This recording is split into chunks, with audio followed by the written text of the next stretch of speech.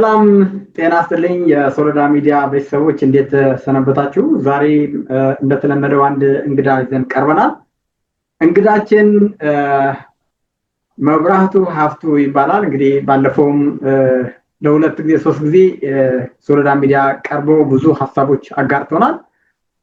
ዛሬም አጠቃላይ በኢትዮጵያ ውስጥና በትግራይ ውስጥ ያለውን የፖለቲካ ሁኔታ አስተላለፍ ቆይታ እናደርጋለን።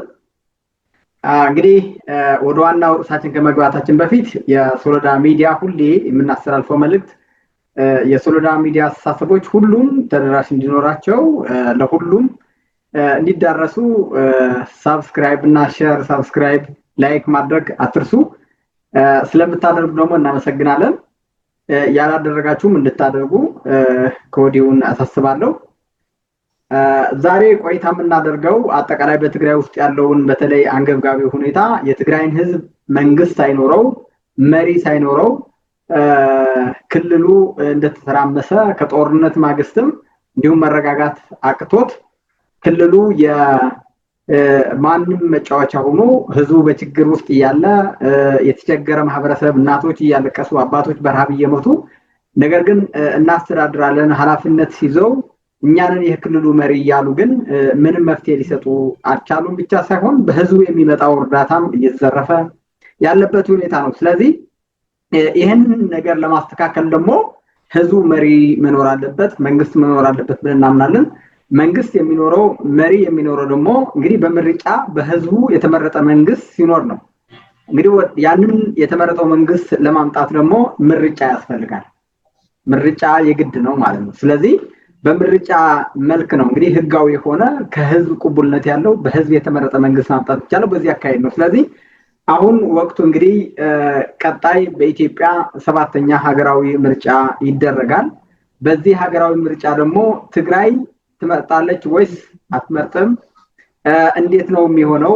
እንግዲህ በኢትዮጵያ ውስጥና በትግራይ ውስጥ ያለውን ሁኔታ በፕሪቶሪያ ውል መሰረት ነው እስካሁን ያለውን ሂደት ከዚህ በፊት የነበረውን ትግራይ ትመርጣለች፣ ትግራይ ተሸንፋለች ተብሎ ለብቻዋ ምርጫ አድርጋ ከኢትዮጵያ ተነጥላ ሂዶ ወደ ጦርነት ገብቶ በሰሜን ዕዝም ያን የተፈጸመው ብዙ ነገሮች አሉ። ስለዚህ አሁን ደግሞ እንደገና መልክ ቀይሮ ትግራይ አትመርጥም፣ ትግራይ ምርጫ አይደረግም በሚል እንቅስቃሴ ደግሞ እየተደረገ ነው በክልሉ ማለት።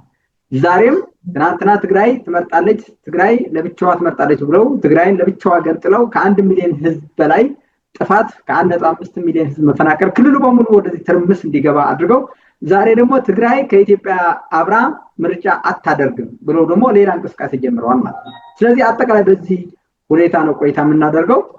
ሌሎችም ቀስ እያልን እንቀጥላለን። እንግዲህ አብራችሁ ከኛ ጋር እንድትቆዩ ተስፋ አድርጋለሁ።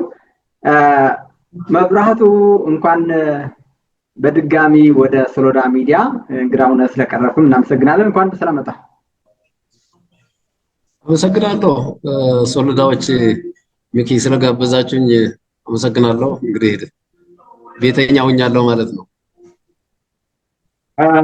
መልካም እንግዲህ እስኪ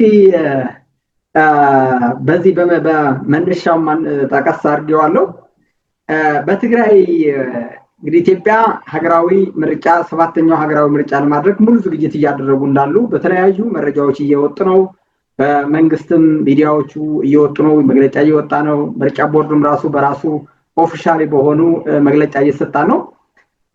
ትግራይ ወደዚህ ሀገራዊ ምርጫ አብራ ከኢትዮጵያ ጋር ታደርጋለች ወይስ አታደርግም? ብታደርግ ትጠቀማለች ወይስ ትጎዳለች በሚለው እንጀምርና እንግዲህ በዚህ ጥያቄ እንጀምር።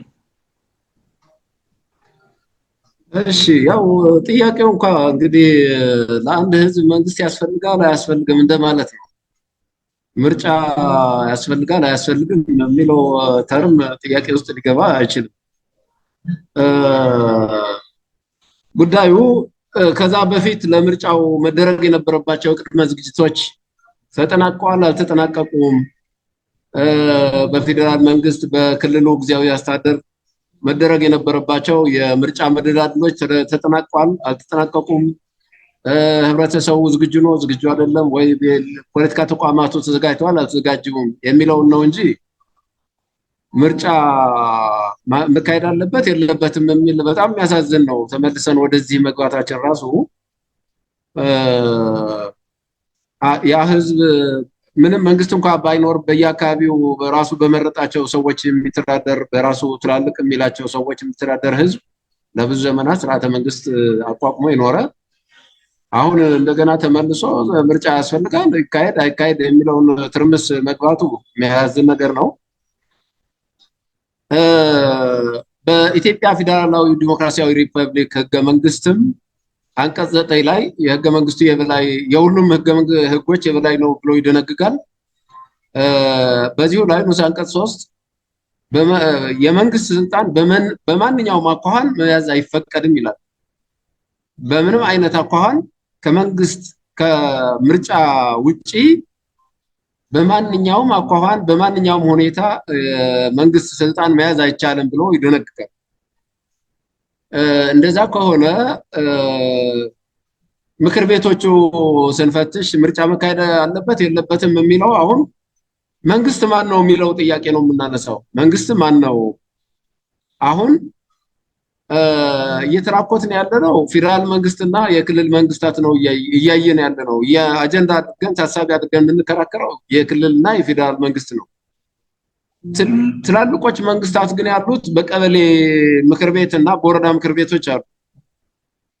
በታችኛው ወለል ህብረተሰቡ በቀጥታ የሚያገኙት ህብረተሰቡ ችግሩ የሚያንጸባርቅበት በቀጥታ የሚመሩት ሰዎች የሚሾሙበት የሚወርዱበት ቦታ የቀበሌና የወረዳ ምክር ቤቶች አሉ። አሁን የወረዳና ወደዛ ከመግባታችን በፊት ምክንያቱም ሁለት የምርጫ ስርዓት ነው ያለ። አንዱ እንዳልከው የአካባቢ ምርጫ አለ፣ የወረዳና የቀበሌዎች ወረዳዎች ምርጫ አለ። አንድ ደግሞ ለክልልና ለፌደራል ምክር ቤቶቹ ደግሞ በየ5 ዓመቱ ይደረጋልና ይሄንን ሁለቱም ለይተን ማየት ስላለብን በዚህ አሁን ባለው በክልሉና በፌደራል በሚደረገው ምርጫ እና በአካባቢው ምርጫ ደግሞ ወደ የሚቀጥለው ጠይቃለሁ ማለት ነው። ኦኬ ጥሩ። ዝሮ ምርጫ ግን መካሄድ አለበት የለበትም የሚለው ጥያቄ ውስጥ መግባት አልነበረበትም ነው። ምክንያቱም ጊዜያዊ እየተባለ በዛ እየተራገጥን ባለነው ሁኔታ የትግራይ ክልል ሁሉ ጊዜ መንግስት አልባ ሆኖ መቀጠል ስለሌለበት ምንም ቢሆን የውጭ መንግስታትም ቢመጡ በቀጥታ እርዳታ መስጠት ቢፈልጉ የልማት ተቋማት መደገፍ ቢፈልጉ ዩኒቨርሲቲዎችን መደገፍ ቢፈልጉ ህዝብ መደገፍ ቢፈልጉ መንግስት ሲኖር ነው። መንግስት ከሌለ ለወረበላ የሚሰጥ ድጋፍ ስለማይኖር ምርጫ ጥያቄ ውስጥ የሚገባ ነገር አይደለም። ባይመረጥስ በሚለው ደግሞ እንየው። ለምሳሌ ትግራይ ባይመረጥ ምርጫ ባይካሄድስ ምንድነው የሚሆነው? የኢትዮጵያ ምርጫ እየተካሄደ ነው። ስለዚህ ትግራይ ምርጫው ባይካሄድ ለትግራይ ህዝብ ጸጋ ይሆናል ወይ? መፍትሄ ያመጣል ወይ? እንደገና 5 ዓመት መንግስት አልባ ሆኖ ሊቆይ ነው። አንዱ ሌላኛው እየገለበጠ የቡድኖች መተራመሻ ሆኖ ሊቀጥል ነው ወይ የሚለው ነገር እሱም በሌላ መልኩ ገልብጠህ ስታየውም አዋጭ አይደለም። ዋና ነገር ጊዜያዊ መንግስቱና የፌደራል መንግስት በጋራ መወጣት የነበረባቸው ኃላፊነት ባለመወጣታቸው የተፈናቃይ አለመመለስ፣ የመሬት አስተዳደራዊ ወሰን አለመመለስ በሚሉ የሚያመጡት ነገር አለ። እሱ ግን ቀድሞ መሰራት የነበረበት ነው። ቀድሞ ሌላኛውን ምዕራፍ ሳይመጣ መሰራት ያለበት ያለ መስራት ቀጥሎ ላለው ምዕራፍ ለማደናቀፍ ነው። ስለዚህ ምርጫው መካሄድ አለበት የለበትም የሚለው ጥያቄ ራሱ ጥያቄ ሆኖ መምጣት የሌለበት ነው በእኔ አቋም። በጣም ጥሩ መብሬ። አሁን ያለው ጥያቄ ምንድነው? እንዳልከው 4 ዓመት አድርጓል። በተለይ ከፕሪቶሪያ በኋላ እንኳን ከተፈረመ በኋላ ወደ 4 ዓመት እየተጠጋ ነው። ጌታቸው ረዳ ለ2 ዓመት እንግዲህ ትግራይ በጊዜው አስተዳደር ነው እየተዳደረች ያለችው ብለን እንወሰደው በቋንቋውና ከዛ ቀጥሎ 2 ዓመት ምንም ሳይገመገም የተቀበለውን በጀት የት እንዳስገባው ሳይታወቅ በድጋሚ ሌላ መፈንቅለ መንግስት አድርጎ በየወረዳው እንደምናቀው ማህተም ምናምን እየለቀሙ ቢሮዎች እየሰበሩ ሌላ ጊዜው አስተዳደር አመጡ። ያ ሰውየው አሁን ኦዲት ሳይደረግ ሌላ አዙሪት ውስጥ እየገቡ ነውና እንግዲህ በዚህ መካከል ላይ ያለውን ማህበረሰብ ህዝቡ እየተበተነ ነው ማለት ነው። በየቀኑ ብዙ ወጣቶች ነው ባለፈው የቀረቡ በወጣቶች ማህበር ምናምን የሚለው በጥናት ካቀረቡት በ3 ወር ውስጥ ወደ 50 ምናምን ሺህ ነው ወደ ስደት የወጣው ነው የሚለው። እና እንግዲህ ከ5 ሚሊዮን በዚህ ደረጃ ከቀጠለ በ3 ወር ውስጥ 50 ሚሊዮን ከ50 ሺህ ከዛ ወጣት የሚወጣ ከሆነ መገመቱ በጣም የሚያዳግት አይደለም። አጠቃላይ ክልሉ ራቆት እየቀረ ነው ማለት። ትልልቅ ሽማግሌዎች ደግሞ መውለድም ያቆሙ፣ አዛውንቶች ደግሞ በመድኃኒትና በአስተዳደር ባለው ሁኔታ ደግሞ በመድኃኒት ጦት እየሞቱ ነው ማለት። ወጣቱም ይሰደድ ከሆነ ተተኪን ሀገር የሚተካ ትውልድ እየሰደደ ከሆነ አባቶችና እናቶች ደግሞ መድኃኒት አጥተው የሚሞቱ ከሆነ ኦልሬዲ ክልሉ ድንጋይና እንትን ይዞ ብቻ ነው የሚቀረው ማለት ያለው ሁኔታ ይሄ ነው።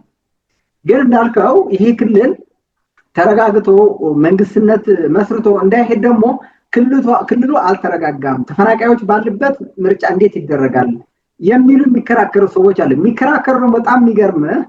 አሁን በድጋም በዛ በጌታቸው ረዳም ጊዜው አስተዳደር የነበሩ አሉ፣ እስቲል አሁን ተመርጠው በመንግስትነት ያሉ ትግራይ በ3 ዓመት ውስጥ 4 ዓመት ውስጥ አረጋግተው ወደ ምርጫ አስገብተው ህዝቡ መንግስት እንዲኖረው ከማድረግ ይልቅ ያንን እንዳልከው ተጠራቅሞ ቆይቶ አሁን ደግሞ እንደገና እነዛ ተፈናቃዮች ደግሞ ለሆነኛው መፍትሄ ደግሞ ሌላ እንቅፋት ይዘው እየመጡ ነው ማለት ነው። ምርጫ አድርጎ ህዝቡ በራሱ እንዳይተዳደር እያደረጉ ነው።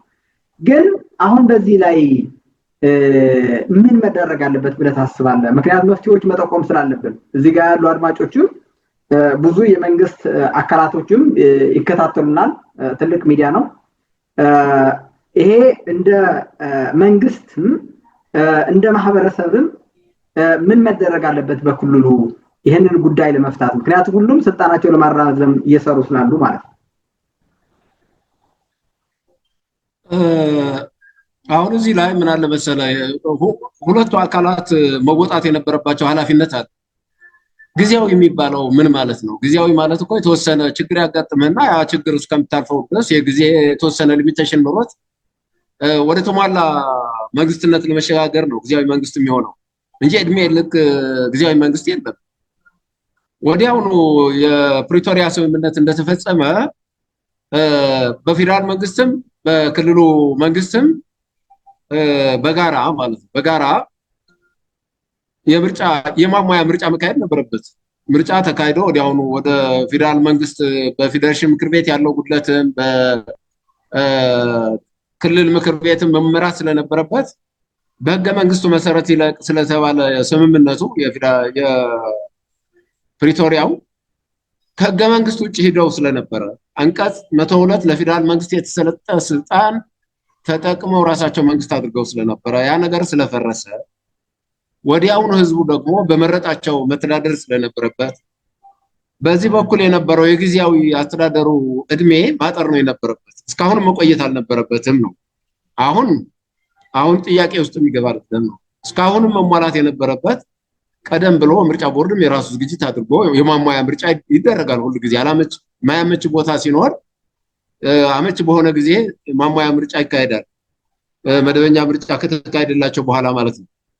ስለዚህ እኛም ጊዜያዊ አስተዳደሩ ጊዜያዊ እየተባለ 4-5 አንድ ተርም ሙሉ ጊዜያዊ አይሆንም። ቀደም ብሎም ወደ ስርዓተ መንግስቱ ሪኢንተግሬት መዋቀር ነው የነበረብን፣ መዋሃድ ነበረብን። የፌደራል መንግስት መንግስታችን ነው፣ የኢትዮጵያ መንግስት ነው። የኢትዮጵያ መንግስት ከሆነ ደግሞ በኢትዮጵያ ግዛቶች ያለ አስተዳደራዊ ክልል ሁሉ የራሱ ነው ማስተዳደር ያለበት፣ ድርሻውን መወሰድ አለበት። ከሆነም ለህዝቡ ማሳወቅ አለበት በየጊዜው። ፕላስ ተቃዋሚ ፓርቲዎችም አሉ በዛ ክልል። እነዛ ተቃዋሚ ፓርቲዎች ግፊት ማድረግ ነበረባቸው። 4-5 ዓመት ሙሉ ስብጥሩ አልተሟላም፣ ምን አልተባለም፣ የሆነ አልተቋደስንም ጥያቄ ነው። አልተቋደስንም ከስልጣኑ ነው እስካሁን ጥያቄው የነበረ። ስብጥሩ 51 ሆኗል፣ 50 ምናምን ሆኗል። ይሄ ሁሉ ትተ ወደ ተሟላ ስርዓተ መንግስት መግባት ነው ያለብን የሚል ግፊት መምጣት ነበረበት በክልሉ። እዛ ክልል ያለው ጊዜያዊ መንግስትም የተሟላ ስርዓት የምርጫ ስርዓት እንዲከናወን መግፋት ነበረበት። በክልሉ ብቻ አይደለም፣ እስከ ታችኛው ወለል የታችኛው ወለል ነው እግሩን እንዲያነሳ ያደረገው። አንድ የምርጫ ክልል አንድ ምክር ቤት ስልጣን የሚኖረው ለ5 ዓመት ብቻ ነው። ምን ይላል? ቅድም ጠቀስ ያደረኩልህ አንቀጽ 58 አንድ የምክር ቤት አባላት የስራ ዘመን 5 ዓመት ነው ይላል። 5 ዓመቱ ሳይጠናቀቅ 1 ወር ሲቀረው ምርጫ ተከናውኖ መጠናቀቅ አለበት። ከዛ በኋላ ነባሩ ሲፈርስና አዲሱ ሲጀምር እኩል መሆን አለበት ይላል። ይሄ ማለት የምክር ቤቱ የአገልግሎት ዘመን 5 ዓመት ከሆነ ከዛ በኋላ ያለውን ከኃላፊ አግዳሚው የተለየ ስልጣን የለውም። ሰው የሚሸሙበት ሰው ከስልጣን የሚያወርድበት ምክር ቤቱ አሁን እዛ ክልልም የሚነሳው በወረዳዎችና በጣም በቀበሌ መስተዳድሮች ያለው የኛ ምክር ቤት ነው ይላሉ። የነሱ ምክር ቤትም ቢሆን እኮ እስከሚመረጥ ድረስ ወይ ለ5 ዓመት ብቻ እኮ ነው ተጨርሮም ቢሆን የሚያገለግለው ለ5 ዓመት ብቻ ነው። ከዛ በኋላ ያለው እኮ ኒል ኤንድ ቮይድ ነው፣ አያገለግልም። ስለዚህ ክልሉ ራሱ ወደ ስርዓተ መንግስት መግባት አለብን የሚል ግፊት ህዝቡም ተቃዋሚ ፓርቲዎችም ሲቪል ሶሳይቲ ሌላ ይገባናል ይመለከተናል የሚሉ አካላትም ግፊት ማድረግ ነበረባቸው። አሁን ከመጣ ደግሞ የተሟላው ይህ ምርጫ እንደሚመጣ ይታወቃል ነው። ይህ ምርጫ እስኪመጣ ድረስ ዝም ብሎ አንቀላፍቶ የቆየ ካለ ለምርጫው ካልተዘጋጀ ያልተዘጋጀው አካል ለሱ ነው የሚመለከተው፣ ህዝቡን አይመለከትም። ስለዚህ አሁንም ምን አለ መሰለህ ጦርነቱ አሁን አጠቃላይም በትግራይ ብቻ አይደለም በኢትዮጵያ ደረጃም ወጣቱ ትውልድ ጦርነት ባለ ጊዜ በዛም በተቃዋሚም ይሁን በደጋፊም ይሁን የሚሞተው ኢትዮጵያዊ ነው። የኢትዮጵያ ምርታማ ኃይል ወጣቱ ኃይል በሞተ ቁጥር የሀገሪቱ የጥገኛ መጠን እየጨመረ ነው የሚሄድ። የጥገኛ መጠን ማለት ከ18 በታች ያሉና ከ60 በላይ ያሉ መጠን እድሜ እየጨመረ ይሄድና በአምራቹ ላይ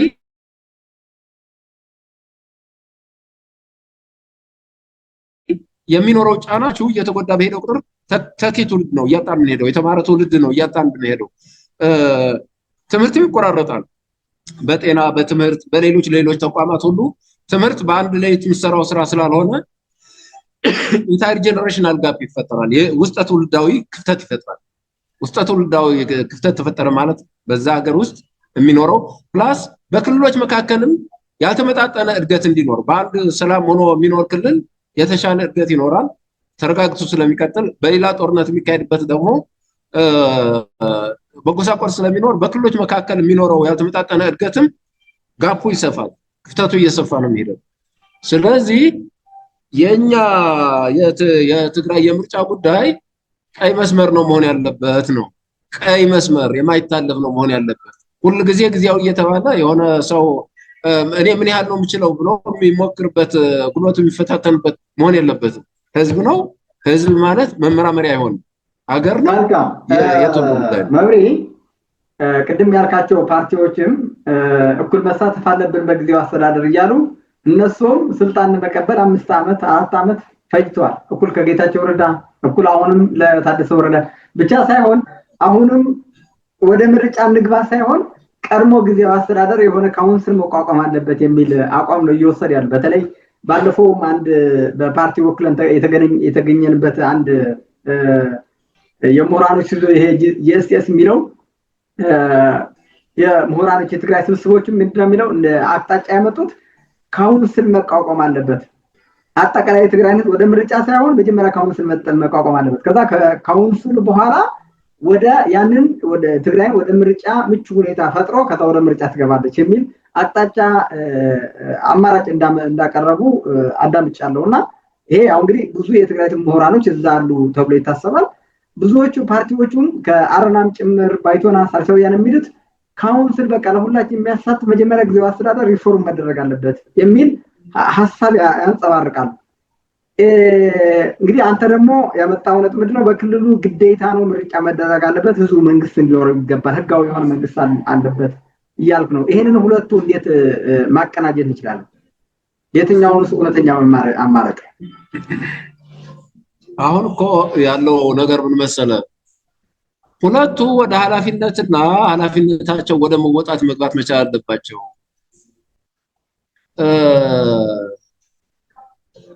ወደ ኃላፊነትና ኃላፊነታቸው ወደ መወጣት መግባት መቻል አለባቸው ነው ሁሉንም አካላት። የግለሰቦች የስልጣን መቆናጠጥ ጉዳይ አይደለም። በስልጣን ላይ የሚኖረው ፕሪቪሌጅ የማግኘት ጉዳይ አይደለም። የህዝብ ጉዳይ ነው። ትውልዳዊ መሻሻል ጉዳይ ነው። የትውልዳዊ መሻሻልና የትውልድ ማንቆልቆል ጉዳይ ነው። አማካሪ ካውንስል የሚባል ነገር እኔ ሲጀመር እሱ ነገር የምደግፈውም አይደለም። ፎር ሰርፕራይዝ አንድ ማህበር ላይ አማካሪ ካውንስል የሚለውን የመጣበት አመጣጥ ነበር ያለው ህጋዊ የሆነ ቅቡልነት ያለው የመንግስት መዋቅር መቼ በተገቢ ሁኔታ ተጠቀሙበት። ለምሳሌ ምክር ቤቱን የፈረሰው እንጂ አስፈጻሚ አካሉ ነበረ፣ የፍትህ አካሉ ነበረ። አንድ መንግስት በሶስት አካላት ነው። ሶስት አካላት መንግስት የሚባሉት በህዝብ ተወካዮች የነበሩ አካላት ሲቀሩ አስፈጻሚ አካሉ ለተቋማቸው ነው እየሰሩ ያሉ ሁሉም። ለምሳሌ ለሰብአዊ መብት አለ፣ ፍትህ አለ፣ ሌላ የጸጥታ ተቋማት አሉ። እነሱ ለተቋቋሙ በአዋጅ እና በስርዓት ለተቋቋሙለት ዓላማ ከሰሩ በቂ ነበረ። ሌላ መካሪ ውትፍትፍ የሚባል ነገር አስፈላጊ አይደለም። አማካሪ ሆነህ እስከገባህ ድረስ ቅቡል ነው፣ እስካልገባህ ድረስ ነው ትክክል አይደለም የሆነው ከሆነ ይህ ሌላ ጥያቄ ነው፣ የግለሰቦች ጥያቄ ነው። ህዝብ እንደ ህዝብ መንግስት ይኑረው፣ የተሟላ ስርዓት ያለው መንግስት ይኑረው። በፌደራል መንግስትም በኢትዮጵያ ትግራይ ማለት ኢትዮጵያ ውስጥ ማለት ትግራይ ውስጥ የሚኖር ብቻ አይደለም። በኢትዮጵያ በመላው ኢትዮጵያ ያለ የትግራይ ተወላጅ በሙሉ መንግስት ሊኖረው ይፈልጋል። በትግራይ መንግስት እንዲኖር ይፈልጋል። በፌደራል መንግስት ሊኖረው ይገባል። ስለዚህ የተወካዮች ምክር ቤትና የፌዴሬሽን ምክር ቤት ያለው ክፍተት ተሞልቶ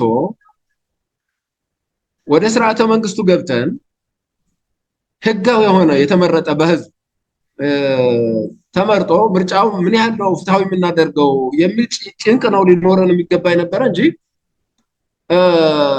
መቆየት አለበት የሆነ እሾህ እስከማወጣ እንደዚህ እስከ ቅብጥርስ የሚባለው ነገር የተሟላ አጀንዳ ማለት ነው። ሲጀመር እንደዚህ አይነት አጀንዳ አስቀድሞ ምርጫ እንደሚመጣ ሌሎች ክልሎች እንደሚያደርጉት እኛም እናደርጋለን ተብሎ ለዛ ነው መዘጋጀት የነበረባቸው።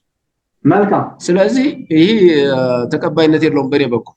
መልካም መብሬ፣ አሁን አንድ ጥያቄ ሁለተኛ ጥያቄ ላቅርብልህና ምንድነው ህወሓት እንግዲህ ከዛ በፊት ከመስከረም በኋላ በኢትዮጵያ ውስጥ መንግስት የለም እኔ ነኝ እውነተኛ መንግስት ብሎ ለብቻው ከኢትዮጵያ ተገንጥሎ ምርጫ ካደረገ በኋላ የትግራይን ህዝብ ሁኔታው ትርምስምስ ከገባ ስንት ህልቂት ስንት ጥፋት ከመጣ በኋላ ቀጣይ ይህንን ችግር መፍታት የምንችለው በድርድር ነው ብለው የነበረው ችግርም ዶክተር ደብረጽዮን መሪዎችም እንደተናገሩት የፖለቲካ ችግር ነው የነበረው።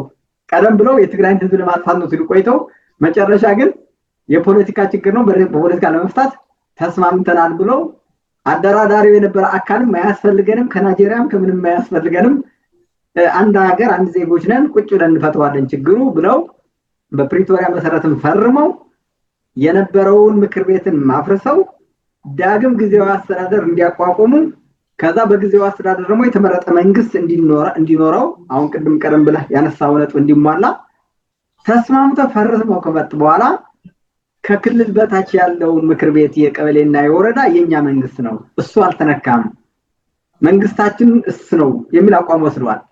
በመሃል ላይ ደግሞ ታስተዋውሳለህ እንግዲህ በህግ በምርጫ ህግ መሰረት እኛ ማሻሻል አንችልም መመለስ ያሸባሪ የነበረው ድርጅት መመለስ አንችልም በህጉ መሰረት ተብለው እምቢ ተብለው መጨረሻ እንደገና ራሳቸው ተስማምተው ከዚህ ሲሄዱ ፈርመው አዲስ የህወሓት ጊዜያዊ ፍቃድ ይዘው ፈርመው መቀሌ ከሄዱ በኋላ ደግሞ እንደገና መቀሌ ወደ ደግሞ እንደገና ግማሻቸው አንቀበልም ሲሉት ያንን አንቀበልም ብለው እንደገና አፈነገጡ ማለት ይሄ የቲፒኤልኤፍን አካሄድ አሁን ያለውን ምርጫ ለማድረግ አንተ ያነሳው መሰረታዊ መፍትሄ ይሆናል ብለ ያስቀመጥከውን ሐሳብ ፐርሰናል በራሳቸው አውጀው ሳያውቁ የክልሉ የቀበሌና የወረዳ መንግስትነት ደግሞ የኛ መንግስት ነው ምክር ቤት የኛ ነው የሚል አቋም አላቸው። ይሄ እንዲያውም ለጌታቸው ረዳ አንዱ ቻሌንጅ ያደረገው እሱ ነው። ይሄንን በደንብ እንድትሄድበት እንፈልገት ይሄንን ምክር ቤት አብዛኛው የትግራይን ህዝብ እየጠፋ ያለ ሐሳብ እያለው ሐሳብ እንዳይኖረው የተደረገ በክልሉ የተማሩ ሰዎች እንዳይመጡ የተደረገ አንዱ ህወሓት ገና ወደ ትግል ሲወጣ ተቆጣጥሯቸው የነበረ ሐራ መሬት ሚሏቸው አካባቢዎች የነበረ ገና ሲወጣ ጀምሮ ያቋቋመለት ባይቶ የሚባለው አስተዳደር የነበረው ከባይቶ ደግሞ ወደ ምክር ቤት አስገብቶ ቀበሌዎቹ እስከ ወረዳው በሙሉ ይሄ 1 ለ5 የሚባለው ኔትወርክ እንደተቆጣጠረው የሞተው እንኳን እንዳይታወቅ አድርጎ ማለት ነው። አንዳንድ ክልል እንዲያውም አንዳንድ ወረዳዎች በወጀራት አካባቢ ከሞተው 15 18 ዓመት ሆኖት ግን የምክር ቤት አባል ሆኖ ተብሎ ደሞዝም እየተከፈለ በዛ በጀት ሲወጣ ተአምር ነው አይተናል። እንግዲህ እና ይሄ እንዴት ነው ማድረግ የምንችለው? በክልሉ ያለው ሁኔታ ይሄን ቅቡልነት አለው ወይ? በዚህኛው ምን ትለናለህ? አሁን ምን እያልኩ መሰለ፣ እኔ አንድ ተቋም አይደለም አጀንዳ ማደርገው፣ አጀንዳ የምናደርገው ነው ህገ መንግስቱና ህዝብና ሀገር ነው። ይሄ አንድ ተቋም እወዳደራለሁ፣ አቅም ካለኝ የሚያሰራ የሚሸጥ ፖሊሲ አለኝ፣ ህዝብ ሊገዛው ይችላል የሚል ካለ ይወዳደር። አስቀድሞ ምን እንደሚመጣ ተዘጋጅቶ ተጠንቅቆ የፖለቲካ መፍትሄ ወይ የህግ መፍትሄ ማድረግ እልባት ማድረግ ያለበት ነገርም ካለ ጨርሶ ነው መቆየት ያለበት። ስለ አንድ ፖለቲካ ተቋም አይደለም ሽሩሩ ማለት ያለብን ነው። ምክንያቱም አንደኛ በፕሪቶሪያ መሰረት ወደ ነበርንበት ኦሪጂናላይዝ ሆነናል የሚል እምነት ከነበራቸው እሱ የሚያዋጣ ከሆነ መጥተው መመዝገብ አልነበረባቸው። ከተመዘገቡ ደግሞ ያመጣ ያምጣ የሚል ካላቸው እሱ ይዘው ደግሞ ዝም ብሎ መጠበቅ ነበረባቸው። ሁለቱ አጣቅሰው ገቡ። በዚህ ላይ ሶስተኛ አማራጭ ይመለከታቸዋል። ምርጫው ኮፕአፕ ያደርጋሉ አያደርጉም? ምንድነው ማድረግ ያለባቸው? ጉዳያቸው ከምርጫ ቦርድ እኮ ነው ማለቅ ያለበት አይደለም እንዴ? ምርጫ ማሰናከል እኮ አይደለም። ጉዳይ ካለ ከምርጫ ቦርድ ጋር በድርድርም በሌላ ትክክል አይደለም እየተጎዳን ነው የሚል አቋምም ካላቸው ምርጫ ቦርድ እኮ በፍርድ ቤት ሊከሰስ ይችላል። ምርጫ ቦርድ እንደ አንድ ተቋም ሊከሰስ በስሙ ሊከሰስ ይችላል። ምርጫ ቦርድ ህጋዊ አካል ስለሆነ አንድ ተቋም በህጉ ሊከስ በስሙ ስላለው ጉዳይ ሊከሰስ ይችላል። ስለዚህ ጉዳያችን ያለ አግባብ ነው የተደረገው የሚል ካላቸውም ፋይል አደራጅተው ይጠቅመናል የሚሉት የህገ መንግስቱ አንቀጽ አጣቅሰው በፍርድ ቤት መሄድ ነው። ምርጫ ቦርድ መክሰስ ነው። በዚህ ነው የሚጨርሱት። በሌላ በድርድር በማሳመን በሎቢ የሚሆን ነገር ካለም በዲፕሎማሲ ከምርጫ ቦርድ ጋር ከብልጽግና ፖለቲካ መሪዎች ጋር መጨረስ ነው። ከዚህ ውጭ ያለው ምርጫ በማደናቀፍ የሚያገኙት መፍትሄ አይኖርም ነው። ስለተደናቀፈ ምርጫ የሚያገኙት መፍትሄ አይደለም። እንደ ህወሓት ከሆነ ኮንቴክስቱ በሱ ከሆነ አይካሄድም የሚባለው። በሌላ በኩል ደግሞ አሁን ያነሳው ነገር እኔ የሚያገባኝ በህገ መንግስቱ የተቀመጠ አንቀጽ 25 ላይ ሁሉም ሰው በህግ ፊት እኩል ነው የሚለው ነገር እንደማንም ኢትዮጵያዊ እኩል ሆኖ መኖር፣ የትግራይ ተወላጅ እንደ ተጠርጣሪ ሆኖ በእነሱ ሰበብ የሆነ ተጠርጣሪ ሆኖ መኖር አስፈላጊ አይደለም። በርከት አይሆንም እሱ ነገር። ሁለት አንድ ኢትዮጵያዊ ዜጋ በዜግነቱ የሚያገኘው ጥቅም ያገኛል ይባላል። ይህ ማግኘት መብት አለው ማንኛውም። ሁለቱ በሚራገጡት ነገር አንዱ በሆነ ፓርቲ ተጠቅሎ ማንም በዚህ መንግስት የማይፈልገው የራሱ ብልጣብልጥ በየአካባቢው የሚፈጥራቸው ችግሮች አሉ። በየአካባቢው መንግስትም ኢንቴንሽን ባይኖረው። ስለዚህ ሌላም አለ እኮ ሌላ ጥያቄ አለ። ለምሳሌ ስምረት መጥቶ ሊወዳደር ይችላል ወይ ትግራይ ይላሉ። ይችላል አይችልም፣ ሊወዳደር ይችላል አይችልም የሚል የሚወስነው እኮ ምርጫ ቦርድ ነው። የሆነ አካል እኮ አይወስንለት። ሂዶ መወዳደርና ለመወዳደር ይችላል አይችልም የሚወስነው ፍርድ ቤት ነው።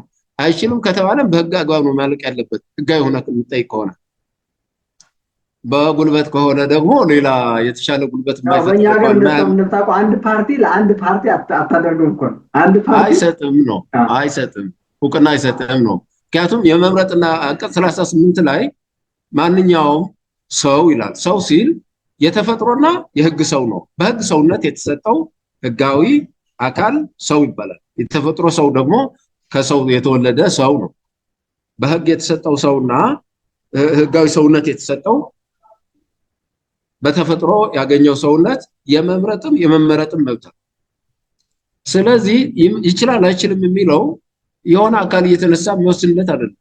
በህግ አግባብ ነው ማለቅ ያለበት። እንደገና ደግሞ ለጋራ እንደ ህዝብ እንደ አንድ ክልል የጋራ ጉዳት ያመጣል ተብሎ ከሆነ ደግሞ በሐሳብ ነው የምትግባባው፣ በሐሳብ ነው የምትጨርሰው። ከዛ ውጭ ያለው ነገር ጠመንጃ ጠመንጃ ነው የሚወልደው ነው። በጠመንጃ አደናቅፋለሁ የሚል ነገር ካለ ጠመንጃ ጠመንጃ ይወልዳል እንጂ ቅድም ስላነሳው ነገር አንድ ምሳሌ ልንገር። የሞተ የምክር ቤት አባል ያልከው አንድ ጊዜ ትምህርት ላይ ድሮፕ አውት ከትምህርት የማቋረጥ መከላከል ነበረና አንድ መምህር የሆነ ተማሪ እያሳለፈ የወደ በቃ ከትምህርት ያቋረጠ ተማሪ የለውም ተብሎ እንደተሸላሚ ወደ ሌላ አካባቢ ተዛውሮ ሄደ። አዲስ መምህር መጥቶ ሮስተር ተቀብሎ የዛ ተማሪ ዝም ብሎ የሚያሳልፉ ሁሉም ያልፋሉ። የዛ ተማሪ ስም ዝርዝር ይዞ ይቀራል ተደጋጋሚ አንድ ተማሪና ወደ ቤተሰቦቹ ሄዶ ሲጠይቅ ምንድነው ይሄ ልጅ እናንተ ነው? አዎ። እንዴት አትልቁትም ታዲያ? ትምህርት ተደጋጋሚ እየቀረ ነው ይላል። አይ እሱ እኮ የለም ከሞተ እኮ 4 ዓመቱ ነው።